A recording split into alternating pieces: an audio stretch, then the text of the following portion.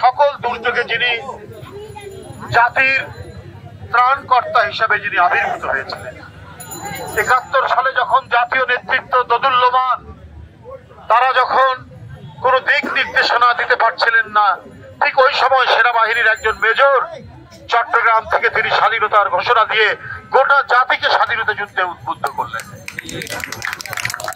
আবার ৭৫-এ আজকে যারা সরকারে আছেন তাদেরই পূর্বসূরি যারা নিজেদের সংঘাত ঘাত প্রতিঘাতের মধ্যে দিয়ে জাতিকে একটা অন্ধকারের মধ্যে ফেলে দিয়েছিলেন।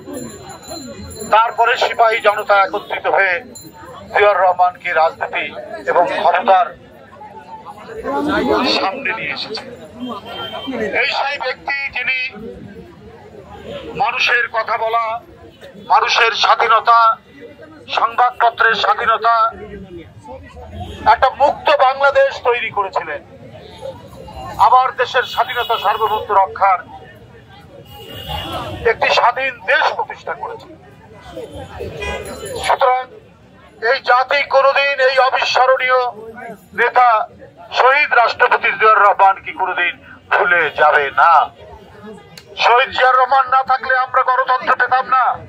শহীদ জিয়া না থাকলে আমরা মত প্রকাশের স্বাধীনতা কি সেইটা থাকতো না।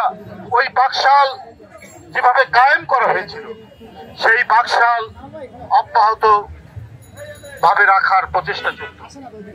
বন্ধুরা আমার, জিয়াউর রহমান এই দেশে সকল নিজে যেমন রাজনীতি করেছেন, আবার সবার রাজনীতি করার সুযোগ দিয়েছেন। যেটা আজকে দেখছেন যারা ক্ষমতায় আছেন তারা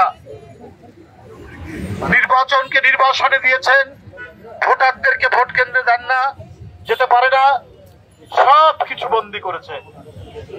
অবাধ সুষ্ঠু নির্বাচনকে জাদুঘরে পাঠিয়েছে।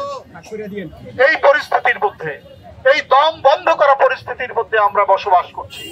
এইখান থেকে পরিত্রাণের জন্য আজকে সবাইকে জিয়াউর রহমানের যে আদর্শ, জিয়াউর রহমানের সততা, জিয়াউর রহমানের যে গর্ব, সবগুলোকে অনুকরণ করে আমাদেরকে কাজ করতে পারলে আমরা আবারও এই বাংলাদেশের স্বাধীনতা, এই বাংলাদেশের সার্বভৌমত্ব এবং গণতন্ত্র ফিরে পাবো। আজকে দরিদ্রদের মাঝে কাফরুল থানা বিএনপি যেভাবে এখানে আয়োজন করেছেন, আমি তাদেরকে কাফরুল থানা বিএনপিকে আন্তরিক ধন্যবাদ জানাই। এখানে উপস্থিত রয়েছেন বিএনপির জাতীয় নির্বাহী কমিটির স্বাস্থ্য বিষয়ক সম্পাদক ডাক্তার রফিকুল ইসলাম, উপস্থিত রয়েছেন আমাদের জাতীয় নির্বাহী কমিটির সদস্য দপ্তরের সাথে সম্পৃক্ত তরিকুল ইসলাম তেনজিং, আছেন জাতীয়তাবাদী স্বেচ্ছাসেবক দলের কেন্দ্রীয় কমিটির ভাইস প্রেসিডেন্ট ডাক্তার জাহিদ সহ ছাত্রদল যুব দলের অনেক নেতৃবৃন্দ এখানে উপস্থিত। কাফরুল থানার আহ্বায়ক আকরাম সাহেব এখানে উপস্থিত রয়েছেন।